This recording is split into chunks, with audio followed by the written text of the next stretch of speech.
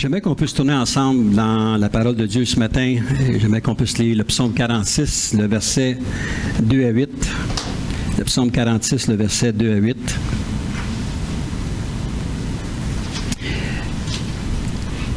Dieu est notre retraite, notre force, notre secours dans les détresses et fort aisé à trouver. C'est pourquoi nous ne craindrons point quand la terre serait bouleversée, quand les montagnes seraient ébranlées au sein de la mer, quand ses eaux mugiraient en bouillonnant et que leur furie ferait trembler les montagnes. Le fleuve et ses canaux réjouissent la cité de Dieu, le lieu saint des demeures du Très-Haut. Dieu est au milieu d'elle. Elle ne sera point ébranlée. Dieu lui donne secours dès le retour du matin. Les nations s'agitent, les royaumes s'ébranlent. Il fait entendre sa voix, la terre se fond. L'Éternel des armées est avec nous. Le Dieu de Jacob est notre haute retraite. Seigneur, merci pour ta parole. Et encore une fois, Seigneur, que ta parole, que nous puissions la saisir. Et donne, Seigneur, à ton serviteur ce matin de donner avec exactitude le message que tu as placé dans son cœur, Seigneur. Donne-nous, Seigneur, un cœur qui te soit réceptif aussi, Seigneur. On a besoin d'entendre ta parole, mais on a besoin de la recevoir, de la comprendre, Seigneur, et de l'assimiler dans chacune de nos vies. Donc, merci encore une fois, Seigneur, pour tout ce que tu fais. Dans le nom de Jésus, on a prié. Amen. Donc, peut-être j'avais une version différente de vous. Je prêche encore avec la version Osterval ce matin. Ma Bible que je prends d'habitude est toujours au réparage, donc je devais la recevoir cette semaine. Les feuilles, c'est des fils de tout. Je n'ai pas eu le choix de la faire réparer. Fait que même, il faut faire réparer les Bibles, quand même. Hein? Le titre du message ce matin, c'est « Dieu est en contrôle de tout ». C'est la première fois que j'écoutais le chant de M. Toupin ce matin. Là. Je sais que c'est un poète dans la musique, dans la façon de s'interpréter. Et il y a une phrase, la phrase qui m'a touché le plus, c'est « En vain dans sa détresse, l'homme sous tes cieux ». Et le titre du message, c'est « Dieu est en contrôle de tout ». Vous savez, on vit des situations dans chacune de nos vies, des fois qui sont difficiles à comprendre ou à accepter. Le dernier message que j'ai donné en décembre, je parlais d'une des caractéristiques de Dieu et c'est sa fidélité. Et depuis, je vous dirais peut-être un mois, je regarde, j'étudie les différents qualificatifs qui sont donnés à Dieu et j'essaie de découvrir la profondeur de Dieu. Et je dois vous avouer que humainement parlant, c'est excessivement difficile de comprendre la profondeur de Dieu. On peut l'exprimer, on peut la lire, on peut la répéter. Et même celui souvent qui en parle est toujours à la découverte davantage de la profondeur de Dieu. Si nous prenons le temps d'examiner la parole, nous serons en mesure de réaliser qu'une certaine réalité s'installe dans notre vie. Et ce que je disais la dernière fois, c'est que en vieillissant, on est de plus en plus capable de saisir la fidélité de Dieu. On est capable de faire une rétrospective de ce que Dieu fait. Je ne sais pas si je vous avais dit ça, mais mon épouse a fait le décompte de 2023. Et j'ai été surpris de voir toutes les choses qu'on avait faites. Pour vous autres, ça ne vous dit absolument rien, mais des fois, on se dit, il me semble qu'il n'y a pas grand-chose qui s'est passé en 2023, puis le Seigneur l'a réellement béni à travers cela. Mais c'est en vieillissant qu'on est capable de comprendre davantage la fidélité de Dieu. Et plus que l'on vit vieux, puis si on connaît le Seigneur, plus on va être capable de découvrir la fidélité de Dieu. Il y a une forte augmentation des désastres naturels. Et ce matin, si je me serais arrêté au pronostic de la météo, on serait tous enterrés de neige le matin. Même je disais à ma femme, oups, pareil, il n'y aurait pas grand monde dans l'église, tout aussi bien de faire canceller. J'avais envie d'appeler notre diacre, dire, tout aussi bien de canceller l'église, il annonce une grosse tempête. Je ne sais pas si vous autres, dans le coin de Boucherville, que vous avez eu, dans le coin de Saint-Hyacinthe, là, c'est. On appelle ça de la poudre. Il n'y a pas grand-chose. Mais les gens s'attachent à ce qu'ils entendent dire il se montre des scénarios, il y a des peurs qui s'installent dans chacune de nos vies. Et puis pourtant, comme je viens de le lire dans le psaume 46, Dieu, vous savez, est en contrôle de tout.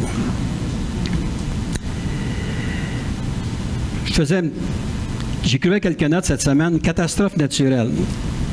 Peut-être qu'il y en a qui ont bien juste fait une petite rétrospective. Je sais qu'on aime ça au Québec, de se rappeler toutes les choses bonnes ou moins bonnes, mais c'est tous les moins bonnes qui se sont passées. Mais je vais vous donner un petit peu les choses qui se sont passées, puis ça va certainement éveiller en vous des souvenirs. Mais à travers cela, on va voir comment est-ce que Dieu a agi à travers cela.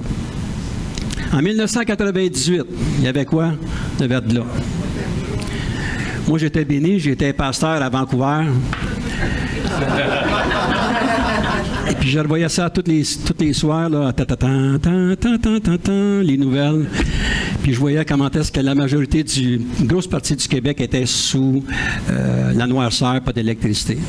Intéressant, c'est que mes parents, avant que le verglas vienne, sont venus passer 3 semaines chez nous, à Vancouver. Puis on les a retournés jusqu'à soit à temps pour le verglas, dans le fond. Non, mais on ne le savait pas.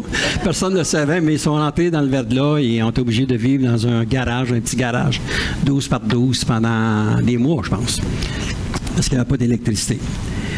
En 2004, un tsunami à l'océan Indien, 230 000 morts. En 2005, l'ouragan Katrina, encore une fois, des milliers de morts. Et ce que je trouve intéressant, c'est que quelques années plus tard, mon épouse et moi, on avait été à l'île de Cozumel, visiter l'île de Cozumel.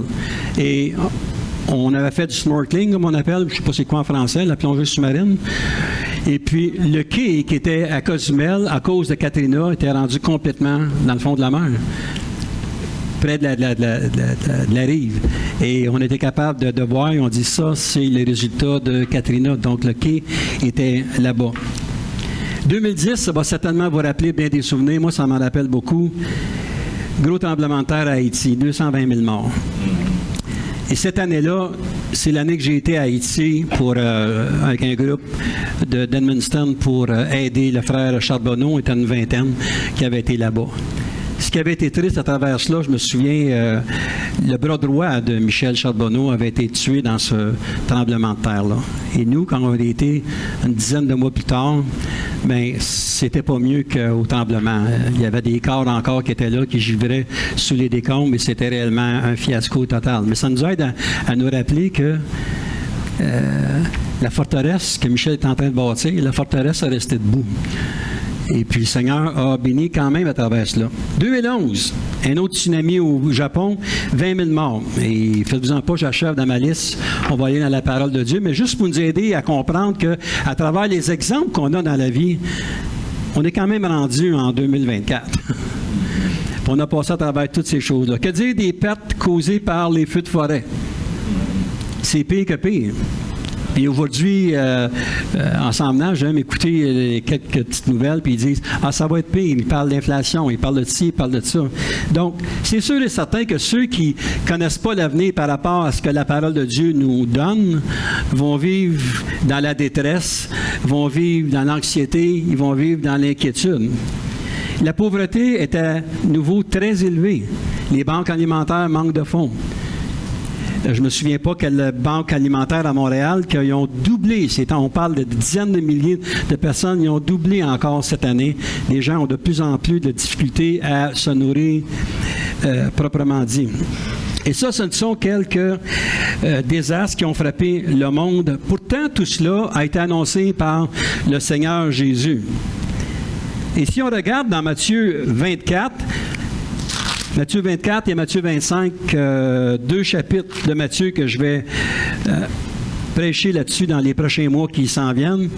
Donc, si on regarde dans Matthieu 24, le verset 6 à 8, « Vous entendrez parler de guerre et de bruit de guerre. Prenez garde de ne pas vous troubler, car il faut que toutes ces choses arrivent, mais ce ne sera pas encore la fin. Car une nation s'élèvera contre une autre nation et un royaume contre un autre royaume. Il y aura des famines, des pestes et des tremblements de terre en divers lieux. Mais tout cela ne sera qu'un commencement de douleur. » Donc, je ne vais pas aller plus loin que ça parce que ça va Je pense que je commence la semaine prochaine à vous parler de ça, du chapitre 24. Mais on voit comment est-ce que Dieu annonce toutes choses.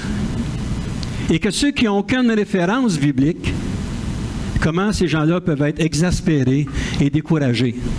J'écoute des jeunes qui ont de la difficulté, ils disent « Qu'est-ce qui va nous arriver à nous autres? J'ai à peine 20 ans.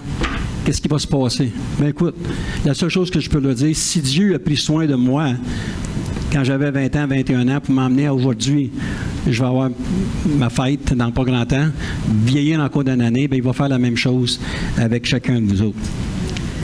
Donc, ce matin, bien entendu, je vais terminer avec ce psaume-là, mais je veux parler d'un texte qu'on connaît tous. Et bien entendu, le texte le plus approprié à ça, c'est Job.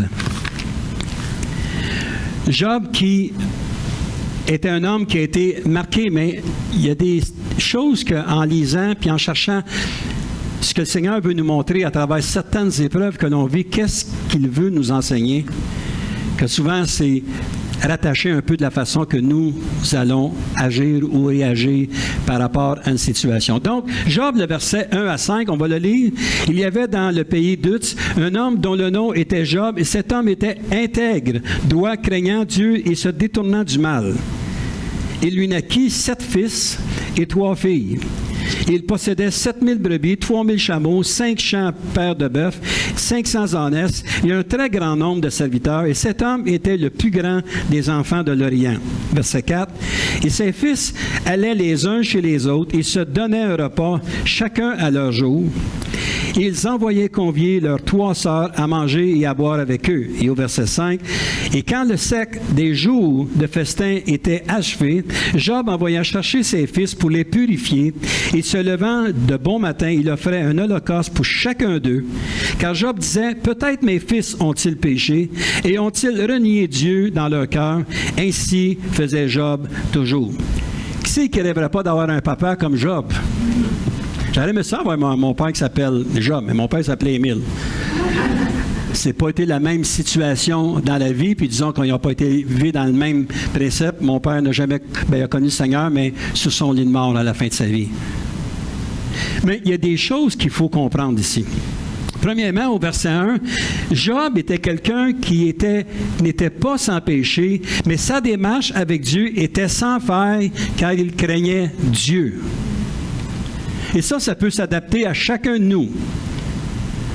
Personne n'est parfait, personne n'est sans péché, mais on peut s'attacher à Dieu et marcher avec lui et de continuer à être constamment béni de Dieu. Au 3e verset, il était un homme qui était très prospère. Vous savez que dans l'Ancien Testament, la prospérité faisait foi de tout. Plus qu'un homme était prospère, plus qu'il réussissait. Mais on a vu comment certaines prospérités ont détruit, et on pense un petit peu à Salomon, ce qu'il a vécu dans sa vie. Au verset 4, il était un homme qui était généreux. Ils allaient les uns chez les autres, ils se donnaient un repas à chacun à leur jour. Ils envoyaient convier leurs 3 sœurs à manger. Donc, il a créé à travers sa famille la générosité. J'ai été bon avec vous. Donc, ce que vous allez faire, c'est d'inviter vos frères, vos sœurs, allez tous ensemble, chacun votre tour, afin que vous puissiez vous réjouir ensemble. Et au verset 5, c'est un passage qui m'a réellement touché ici. Il se préoccupait beaucoup de l'état spirituel de ses fils. Et quand le sec des jours de festin était achevé, Job envoya chercher ses fils pour les purifier. Et se levant de bon matin, il offrait un holocauste pour chacun d'eux, car Job disait, « Peut-être mes fils ont-ils péché et ont-ils renié Dieu dans leur cœur? » Ainsi faisait Job toujours. Quel exemple de père! Que de recevoir tout le monde, de faire l'holocauste, de prier puis d'intercéder pour ses enfants. Quel exemple pour chacun de nous, de prendre le temps, peut-être pas nécessairement à faire un holocauste ou un grand repas, mais de prendre un temps et de prier pour nos enfants et de prier pour nos petits-enfants. C'était l'image que Job donnait à tout le monde. Une image que moi j'aimerais ça être comme Job me disait. qui avait cette facilité-là à intégrer sa vie de Dieu à travers sa famille, à travers tout ce qui se passait. Il semblait être un homme attachant, car la parole nous dit aussi qu'il avait des amis. Job 2 et 11, verset 11, « Et 3 amis de Job, Éliphaz de Théman, Bildad de Chouach, Tsophar de Naama, ayant pris tous les maux qui lui étaient arrivés, partirent chacun de leur pays et convinrent ensemble d'un jour pour venir lui faire leurs condoléances et le consoler. » On sait que l'histoire, ça n'a pas été ça jusqu'au bout, mais au moins il s'était attaché avec des gens. Un peu comme ce que notre famille ce matin, Pierre et Marielle, vivent, qui a une famille qui est ici, qui s'appelle l'Église de Varennes, qui prie, qui intercède pour eux et qui les supporte. Job, c'est ce qu'il faisait. Mais nous savons tous que dans son test avec Dieu, il n'a pas reçu aussi la même appréciation de ses amis. Vous savez, souvent, j'en parle des amis. Il y en a qui disent « Ah, moi, j'ai des amis. Ah, sur mon Facebook, j'avais 1000 amis. » Moi, je peux vous dire une chose, là. J'essaie de pas dire que ça ne prend pas d'amis, mais le meilleur ami qu'on peut avoir, c'est le Seigneur.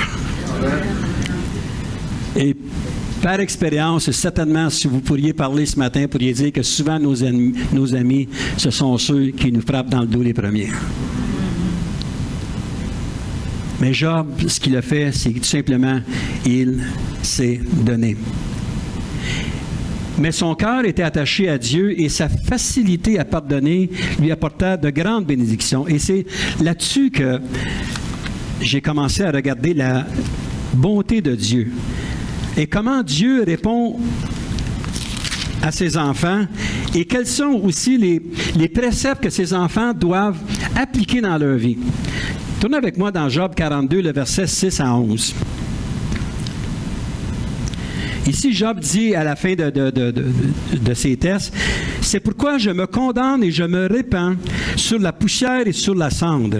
Or, après que l'Éternel eut ainsi parlé à Job, il dit à Éliphaz de Théman, « Ma colère est enflammée contre toi et contre tes 2 amis, parce que vous n'avez pas parlé avec droiture devant moi, comme Job, mon serviteur. » On va revenir un petit peu les tests que Job a vécu tantôt. « Maintenant, prenez 7 taureaux et 7 béliers, et allez vers mon serviteur Job, offrez un holocauste pour vous, et Job, mon serviteur, priera pour vous.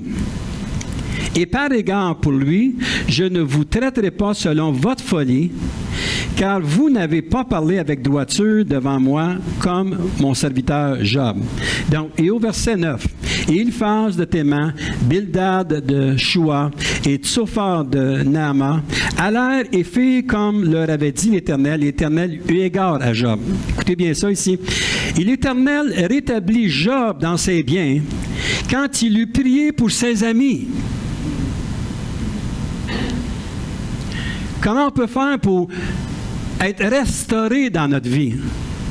Est-ce qu'on garde des choses sur notre cœur qui peuvent nous nuire? Ici, la parole le dit clair. « Et l'Éternel a rétabli Job dans ses biens quand il eut prié pour ses amis et lui rendit au double de tout ce qu'il avait eu. Et tous ses frères et toutes ses sœurs, tous ceux qui l'avaient connu auparavant, vinrent avec lui et mangèrent avec lui dans sa maison. Ils lui firent leurs condoléances et le consolèrent au sujet de tout le mal, je vais revenir là-dessus, de tout le mal que l'Éternel avait fait venir sur lui. Et chacun lui donna un késita et un anneau d'or. Un késita, c'est une pièce d'argent de grande valeur. Donc, si on regarde cela, et si je m'arrête à ce qu'on vient de lire, tous les malheurs que Dieu, l'Éternel, a fait venir sur Job. Et on se pose la question, est-ce que Dieu peut faire venir des choses sur une personne en particulier? Je vais être plus explicite à travers mon message. Une chose que Job a dû comprendre ou réaliser, c'est surtout si on retourne à Job 1, le verset 8 à 12. « Et l'Éternel dit à Satan, « As-tu remarqué, mon serviteur Job, il n'y en a pas comme lui sur la terre, intègre, droit, craignant Dieu et se détournant du mal. » Là, on peut arrêter là, puis on peut dire, si c'est réellement moi, hein, pourquoi ça? Pourquoi ces choses-là arrivent? Et Satan répondit à l'Éternel et dit, « Est-ce pour rien que Job craint Dieu? N'as-tu pas fait comme une haie de tous côtés autour de lui, autour de sa maison, autour de tout ce qui lui appartient? Tu as béni l'œuvre de ses mains et ses troupeaux se répandent sur la terre. Mais étends ta main, touche à tout ce qui lui appartient et tu verras s'il ne te réunit pas en face. » Et l'Éternel dit à Satan, « Voici, tout ce qui lui appartient est dans ta main. Seulement ne porte pas la main sur lui. » Et Satan sortit devant la face de l'Éternel. Et ça vaut une explication. Pourquoi? Parce que si on regarde dans Éphésiens 6 et le verset 12, qu'est-ce que Paul nous enseigne? Qu'on n'a pas à lutter contre la chair et le sang, mais contre toute force spirituelle. Et nous, souvent, comme enfants de Dieu, on néglige cet aspect-là. Comment le spirituel peut venir nuire, comment Satan peut venir s'immiscer dans notre vie, qu'il peut prendre une situation qu'il a le droit de faire, parce qu'il a la permission de Dieu de le faire. Bien noter que ce n'est pas Dieu qui fait ces choses-là. Il y a quelqu'un qui est meilleur que lui pour le faire, je pense. C'est Satan. Mais comment Satan va se servir de toutes les situations dans nos vies pour nous amener à nous décourager, à nous laisser abattre par tout ce qui se passe, à nous laisser porter à abandonner Dieu. Mais comme on a lu tantôt dans le psaume 46, si Dieu est en contrôle de tout, on doit désormais apprendre davantage à s'appuyer sur Dieu. Une journée pas comme les autres, 4 fléaux se sont abattus sur Job. Vous connaissez cette histoire-là, mais je veux en venir à un point qu'on puisse réaliser que Dieu est en contrôle de tout. Dans la même journée, Job 1, le verset 13 à 15, « Il arriva donc qu'un jour, comme ses fils et ses filles mangeaient et buvaient du vin dans la maison de leur frère aîné, un messager vient de Job. Il lui dit, « Les bœufs labouraient, les ânes paissaient à côté d'eux. Et ceux de Sheba se sont jetés dessus, ils les ont pris et ont passé les serviteurs au fil de l'épée. Et je me suis échappé moi seul pour te l'annoncer. » Les bœufs, les méchants se sont jetés sur lui. Assez difficile à comprendre que lorsque Job enseigne à ses enfants de se réunir ensemble pour justement fraterniser et possiblement échanger la parole de Dieu ensemble, que cette situation-là arrive. Et aujourd'hui, qu'est-ce qu'on voit? Des gens qui perdent leurs emplois. Je pense d'un de mes frères qui connaît le Seigneur, que, encore une fois, Olimel va fermer ses portes à Saint-Hyacinthe.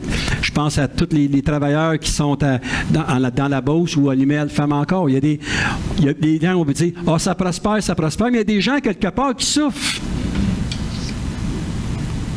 Un autre point, au verset 16, cet homme parlait encore. Donc, c'est la même locution. Lorsqu'un autre vint, il dit, « Le feu de Dieu est tombé du ciel. Il a brûlé les brebis, les serviteurs, et les a consumés. Je me suis échappé, moi seul, pour te l'annoncer. » Encore une fois, le feu descend du ciel, le feu prend.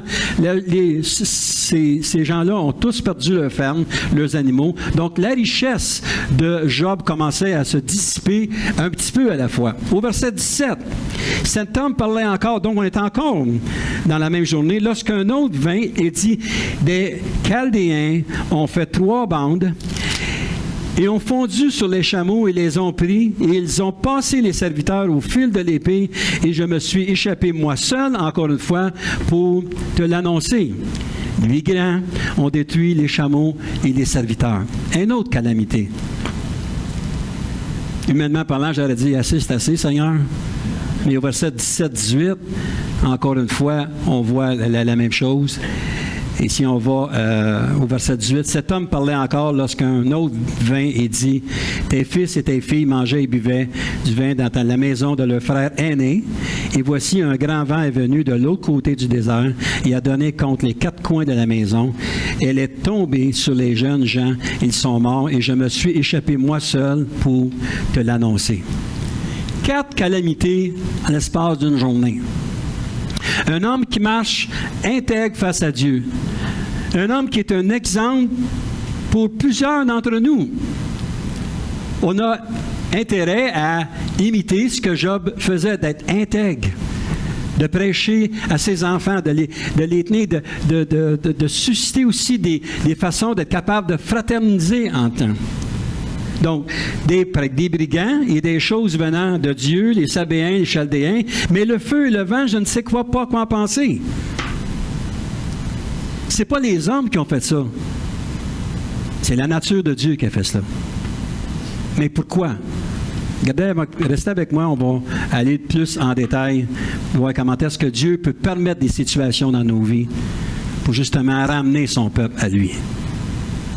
Et moi, je crois personnellement qu'avec ce que le Seigneur me montre, me donne pour 2024 comme message, c'est le temps ou jamais de prêcher le retour de Christ parce qu'il est imminent. Plus que jamais. Encore une fois, on ne peut pas mettre de date, mais je peux dire que lorsque l'Église va être enlevée, les 7 années qui vont suivre, ça va être des années de fureur sur la terre. Et ça, le monde sur le web, le monde, partout doivent en entendre parler. Autant qu'on entendait parler dans les premiers jours lorsqu'on s'est converti, autant qu'on doit en parler parce que la fureur qui s'en vient sur cette terre, ça va être abominable. Et je vais en parler plus à travers l'Évangile de Matthieu, chapitre 24. Mais tournons un petit peu ensemble dans Job 37. Juste pour nous aider un petit peu. Puis j'aime la direction des chants ce matin parce que ça nous parlait de la grandeur, de la puissance de Dieu. Donc, rapidement, on va lire le verset 6, 10 et à 12. Verset 6, « Il dit à la neige, tombe sur la terre. Il dit aux ondées, aux fortes ondées. » Si on va au verset 10, « Par son souffle, Dieu forme la glace et l'eau qui s'étendait est resserrée. Il charge d'humidité la nuit. Il disperse les nuages pleins de ses éclairs. » Donc, si vous lisez tout le chapitre 37, ça vous donne la suprématie de Dieu. Comment il dirige toutes choses. Comment c'est lui qui initie la température de la terre. La grandeur des tempêtes, les calamités qui vont tomber à droite et à gauche. Et là, je ne sais pas dire que Dieu, la seule chose qu'il fait, c'est nous envoyer des calamités. Non. C'est ça que je vous dis, que humainement parlant, c'est très difficile, humainement parlant, d'essayer de comprendre la pensée de Dieu parce qu'elle, comme la parole dit, elle est insondable. Mais nous devons nous soumettre à Dieu. Et je sais que la mentalité des gens aujourd'hui à travers ça, ils disent « Ah, vous autres, vous êtes esclaves de Dieu. » Je me suis fait dire ça dernièrement. Vous êtes esclaves de Dieu. Vous croyez tout ce qu'il dit, tout ce qu'il fait. Vous êtes comme dans une secte. Oui, je suis dans une secte. Oui, la secte de Dieu, oui. Je suis content de faire partie du peuple de Dieu. Mais il nous a donné un livre, nous, les enfants de Dieu, afin qu'on puisse le lire, qu'on puisse le décortiquer, qu'on puisse peut-être sortir des sentiers battus, qu'on est habitué de lire les mêmes versets, des choses qui sont peut-être plus faciles à comprendre. Peut-être que d'aller, de cesser d'aller vers les passages où on peut se plaindre sur certaines situations et d'entrer plus profondément dans la parole de Dieu, dire « Seigneur, montre-moi les choses que tu veux m'enseigner à moi. » Et vous allez voir comment est-ce que le Seigneur va faire toutes ces choses-là. Si Jésus lui-même, comme on va voir la semaine prochaine, nous a parlé de ce qui s'en venait sur la terre, cela veut dire que ce n'est pas le fruit du hasard. Comme je disais tantôt, on parlait de la météo. Je suis content qu'il y ait des... Ils sont tous là avec des pronostics, mais la pronostic, c'est Dieu qui joue avec. C'est Dieu qui a dit que la tempête de neige ne passera pas Laval, Rivière-des-Prairies, puis elle va se tenir sur le côté nord. Ils ont beau mettre des schémas, des couleurs, vous voyez ici, là on voit des petits jaunes, des petits rouges, des petits bleus un peu partout. Vous dites, ah, vous voyez ici une petite pointe? Peut-être que ça peut arriver. Il y a des places, c'est arrivé, mais ce n'est pas nécessairement toutes les fois que ça arrive. C'est Dieu qui est au contrôle de toutes choses. Donc, il n'y a pas de fruit du hasard. Ce qui se passe sur cette terre, ça a un but bien précis pour chacun de nous. C'est qu'on puisse s'approcher de Dieu. Cela nous démontre à quel point Dieu est en parfait contrôle de la situation. Le psaume 135, le verset 6 et 10. Psaume 135, le verset 6 6 à 10. L'Éternel fait tout ce qui lui plaît, dans les cieux et sur la terre, dans les mers et dans tous les abîmes. C'est lui qui fait monter du bout de la terre les vapeurs, qui produit les éclairs et la pluie, qui tire le vent de ses trésors. C'est lui qui a frappé les premiers-nés d'Égypte, depuis les hommes jusqu'aux bêtes, qui a envoyé des signes et des prodiges au milieu de toi, Égypte, contre Pharaon et contre tous ses serviteurs, qui a frappé plusieurs nations et mis à mort des puissants rois. C'est Dieu qui est en contrôle. La parole nous le dit. Et pourquoi il avait, si on vient au texte de Pharaon, il ne voulait pas nécessairement détruire Pharaon, il a donné des avertissements. Mais Pharaon a négligé ces avertissements-là. Il dit, c'est qui ces Hébreux-là? Qu'est-ce qu'ils vont faire? Qu'est-ce qu'ils peuvent faire? Dieu n'a jamais cessé, depuis que la terre existe, d'avertir la création. Quelque chose qui s'en vient. Vous savez, Dieu ne nous a pas demandé de s'investir à 100% pour quelque chose qui est futile, c'est-à-dire le temps qu'on est sur la terre. Mais il nous a appelés pour l'éternité avec lui. On doit s'approcher de lui davantage. Matthieu 5,45, le contrôle sur le soleil, la pluie, peu importe ta croyance. Ce passage-là, ça nous dit qu'il amène la pluie, peu importe, sur la terre des convertis ou des inconvertis. C'est pas quelqu'un qui va dire, c'est parce qu'il n'y a pas d'inconvertis là, il n'y a pas de convertis là, j'enverrai pas de pluie. Non, c'est pas de cette façon-là que ça fonctionne. Dieu a un plan bien précis. Il va arroser la terre de la façon qu'il veut, au temps qu'il veut, la durée qu'il veut, puis peu importe les gens qui vont être là. Mais comme on a vu tantôt dans Job 37, 6, 10 au verset 12, il contrôle sur les tempêtes. Dieu a envoyé le déluge pour détruire les méchants. Ces gens-là ont été avertis. Pourquoi je vous parle de ça aujourd'hui? Parce que dans mon cœur, c'est le temps que les gens, c'est pas une peur que je veux apporter, mais d'être conscient que les temps du salut sont courts.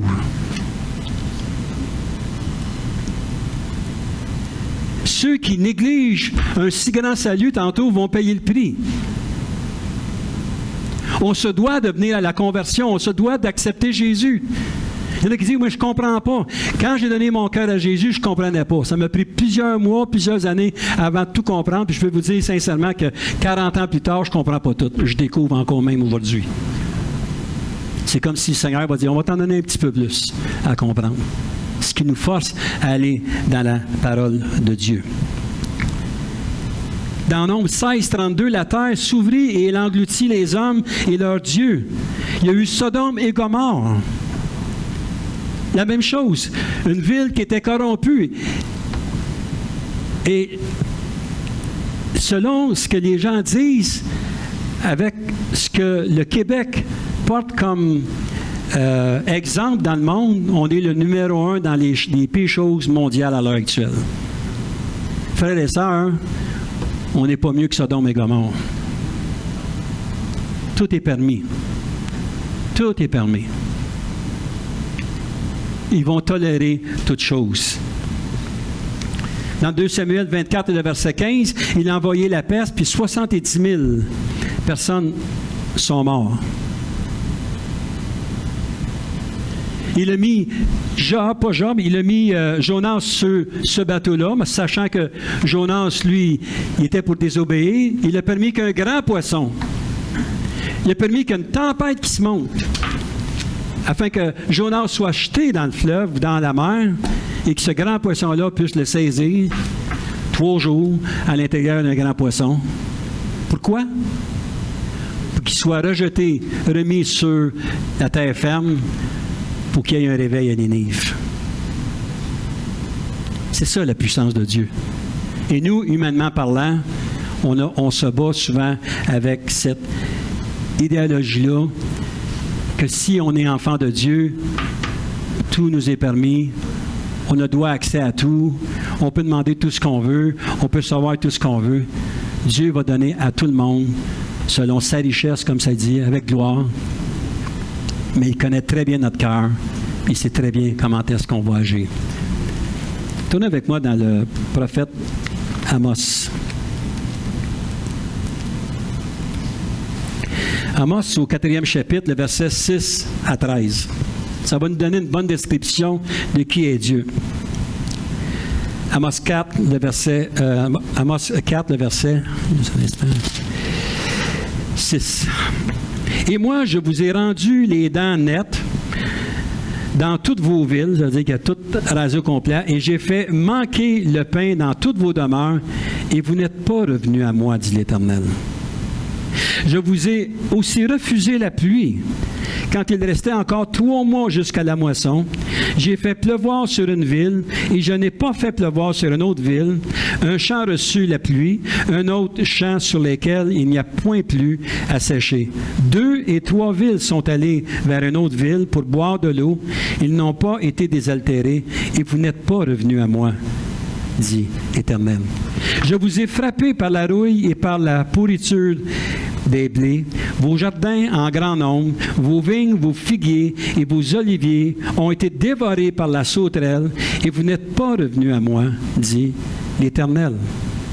J'ai envoyé parmi vous la peste, telle que celle d'Égypte, et j'ai fait mourir par l'épée vos jeunes hommes et vos chevaux qui avaient été pris, et j'ai fait monter la puanteur de vos camps jusqu'à vos narines, et vous n'êtes pas revenus à moi, dit l'Éternel. Je vous ai détruit comme Dieu détruisit Sodome et Gomorrhe, et vous avez été comme un tison arraché du feu, et vous n'êtes pas revenus à moi, dit l'Éternel. C'est pourquoi je te traiterai de la même manière, Israël, et puisque je te traiterai ainsi, prépare-toi à la rencontre de ton Dieu, ô Israël. Bien entendu, ici qui parle aux Juifs. J'aimerais pas être dans la peau des Juifs lorsque l'Église va être enlevée, que Dieu va délire avec son peuple. Mais nous, si on n'accepte pas Jésus comme Seigneur et Sauveur de notre vie, si on ne se convertit pas, vous savez pourquoi? On va faire partie, si l'Église est enlevée, ceux qui vont rester vont être dans les grandes tribulations. Et c'est ce qu'on vient de lire, ça va s'adresser à ceux qui vont rester. Voici l'importance de connaître Dieu. Et au lieu de s'obstiner avec Dieu, pourquoi, et d'avoir jamais de réponse qui nous est donnée, pourquoi pas se poser la question, Seigneur, qu'est-ce que tu veux me montrer à travers cela? Qu'est-ce que tu veux m'enseigner? Est-ce qu'il y a des choses qui doivent être changées? On doit se laisser transformer par Dieu. C'est lui qui change. Dans Romains, ça nous dit, ne vous conformez pas au siècle présent. Frères et sœurs, l'Église aujourd'hui se conforme au siècle présent. C'est triste de voir l'état d'Église aujourd'hui en 2024. Et là, je ne lance pas la pierre à personne. Mais est-ce que nous marchons réellement selon ce que Dieu nous montre? La façon qu'il nous montre. Aujourd'hui, il y a l'acceptation de beaucoup de choses dans nos assemblées. Le Seigneur envoie quelque chose, il dit, je vous ai envoyé quelque chose, mais vous n'êtes pas revenus à moi. Je pense que le Québec, on était très épargnés par rapport à la balance de la terre. Très épargnés. Il n'y a pas eu grand trouble que le Québec a connu jusqu'à date. Si on fait le tour de toutes les... Mais est-ce que le Seigneur peut préparer quelque chose afin que la majorité des gens se convertissent? Afin que ceux qui se sont éloignés de la parole de Dieu, afin que ceux qui sont sortis du tisonnier de l'Église puissent retrouver la chaleur du tison d'Église. J'ai aimé le chant que Pierre a fait ce matin. Ça m'a montré que par un chant, souvent, on peut remettre d'autres charbons dans ce tisonnier-là afin qu'on puisse se réchauffer davantage ensemble. Et peut-être qu'il y en a qui écoutent le message, qui sont sur le net ce matin, c'est plus facile pour vous autres de rester à la maison. Je comprends qu'il y a des températures, je ne suis pas là pour juger qui peut venir, qui ne peut pas venir, mais il y a des gens que ça fait des années qui sont là et ça ne bouge pas. C'est pas ça l'Église, frères et sœurs. L'Église, c'est d'être ensemble. De travailler ensemble. de bâtir ensemble, de planifier ensemble, de rechercher la face de Dieu ensemble. Comme notre frère Donald nous disait, on débute cette semaine la prière. Peut-être que vous ne pouvez pas venir. Pour certains, c'est loin. Pourquoi pas prendre le site puis venir là-bas participer? Il donne des bons enseignements, Donald. On a un bon temps de prière. Il y en a qui vont dire « Ouais, mais tu sais, c'est pas aussi clair que... » Tu sais, ben oui, si c'est pas aussi clair, prenez votre char et venez à l'Assemblée. Ça va être clair. Parce que pour nous autres, en présentiel, c'est clair. Je m'excuse de dire ça comme ça. C'est facile de trouver des... « Ah, je ne l'écoute pas parce que... » Frères et sœurs, l'Église a besoin de se rassembler. Le lieu de culte qui est ici a besoin d'être rempli d'hommes et de femmes et d'enfants qui ont faim et soif de la parole de Dieu. Dieu appelle son Église. Dans Isaïe 46, le verset 9 à 11, on peut voir, rappelez-vous les premières choses, celles des temps anciens, car je suis Dieu, il n'y en a pas d'autre, je suis Dieu, il n'y en a point comme moi. J'annonce dès le commencement ce qui doit arriver et longtemps d'avance ce qui n'est pas fait encore, je dis, mon dessein tiendra et j'exécuterai toute ma volonté. J'appelle du levant l'oiseau de proie et d'une terre éloignée l'homme de mes desseins. Ce que j'ai dit, je l'ai fait arriver, ce que j'ai projeté, je l'exécuterai. Ça, c'est la fidélité de Dieu, qui était capable d'écrire à travers sa parole les choses qui s'en viennent, les choses à faire attention, l'importance que notre cœur se rapproche de la présence de Dieu davantage, qu'on puisse prendre davantage de temps pour le louer, l'adorer, étudier sa parole. Pas juste de faire un in and out, puis de sortir, puis, tu sais, je parlais avec mon frère justement les résolutions. Je lui demandais s'il avait commencé à aller au gymnase. Il ne dit pas encore au gymnase. Mais, tu sais, pas facile, ça de mettre à l'ouvrage après les fêtes. T'sais. Mais, de demander au Seigneur qu'il nous donne la force et la capacité, qu'à chaque jour, on puisse aller dans sa parole. Qu'à chaque jour, qu'on puisse prendre le temps, peu importe le temps. Je ne suis pas le genre de prédicateur qui va vous dire il faut piécher, il faut prier au moins 1 heure, sinon la prière n'a pas de valeur. Non, non, c'est pas 1 heure, c'est pas 2 heures. Il y a des gens qui vont prier pendant des heures, puis ça ne donne absolument rien. Des gens qui vont une prière effective, qui est de courte, et puis précise et concise, et elle va agir puissamment dans notre vie. Prenez un temps avec le Seigneur. Dites, Seigneur, me voici. Tout seul, loin de tout. Fermez tout. Entrez dans votre chambre s'il y a trop de bruit aux alentours. Dites, Seigneur, me voici. Me voici, Seigneur. Montre-moi, Seigneur, les choses qui doivent être changées dans ma vie, afin que je puisse te connaître davantage. Donc, comme on peut voir aussi, même dans le Nouveau Testament, c'est-à-dire que tout concourt au bien de ceux qui aiment le Seigneur. Le Seigneur, ce qu'il veut, c'est que la paix, on ne l'est pas juste pour cette terre, mais pour l'éternité qui s'en vient. Et lorsqu'on entre dans la présence de Dieu, lorsqu'on se laisse submerger par sa présence, on ressent cette paix-là. Et cette paix-là, ce qu'elle fait, c'est qu'elle nous soutient d'un temps qui est temporaire pour nous emmener dans un temps qui va être permanent. Frères et sœurs, on vit sur du temporaire. On vit sur du temps acheté. Et souvent, on veut bénéficier au maximum de tous nos placements, de toutes les choses qu'on aimerait faire. Je rencontre beaucoup de gens de mon âge, puis ils disent « Ah, ben là, à cette heure que j'étais à ma pension, je vais faire ci, je vais faire ça, je vais aller ici, je vais aller là. » Puis tout ça, puis tout est planifié à partir de 70 ans ou 65 ans, peu importe quand tu prends ta retraite, pour t'emmener à vivre le maximum de ta vie.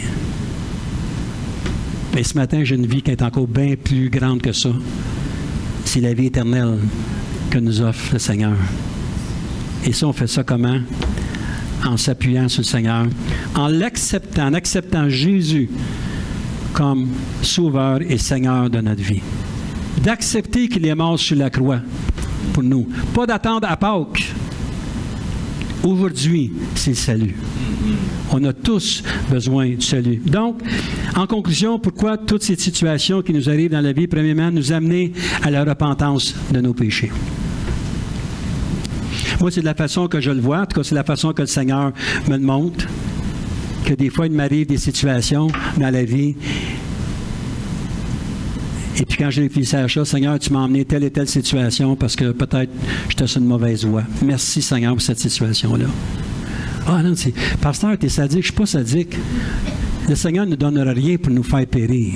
Le Seigneur va nous donner de quoi pour nous emmener de mieux en mieux, de le connaître, de s'approcher de lui davantage.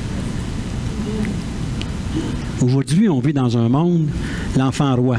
L'enfant décide de tout. Dans mon temps, il y avait la réprimande. Est-ce que la réprimande, dans mon cas, a été exagérée? Des fois, je trouve, comme mon père, il était exagéré. Un peu. Je n'étais pas si tannant que ça.